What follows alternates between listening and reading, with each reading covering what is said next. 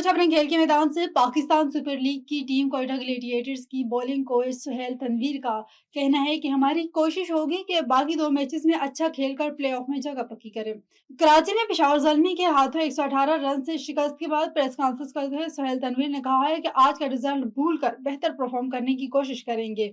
इनका कहना था कि मिडिल ओवर में हम इस तरह परफॉर्म नहीं कर पा रहे जैसा करना चाहिए और मिडिल ओवर हमारा इस वक्त तक ही अच्छा हो सकेगा जब पावर प्ले अच्छा जाएगा। अफगानिस्तान क्रिकेट टीम के मारूफ लीग स्पिनर राशिद खान ने इंकशाफ किया है कि मुझे भारत और ऑस्ट्रेलिया की जानिब से शोहरत और क्रिकेट खेलने की पेशकश की गई थी मगर मैंने साफ इनकार कर दिया। गैर मुल्की मीडिया के मुताबिक राशिद खान ने बताया है कि 2023 के एक वाक़ये में एक अहम शख्सियत ने मुझे मशवरा दिया था कि मैं अफगानिस्तान छोड़कर भारत में क़याम इख्तियार कर लूँ और वहीं क्रिकेट खेलूँ, लेकिन मैंने जवाब दिया कि मैं अपने मुल्क अफगानिस्तान की नुमाइंदगी जारी रखूंगा। पाकिस्तान सुपर लीग के 11वें एडिशन की 29 मैच में पेशावर ज़ल्मी ने कोयटा ग्लेडिएटर्स को 118 रन के बड़े मार्जिन से शिकस्त दे दी।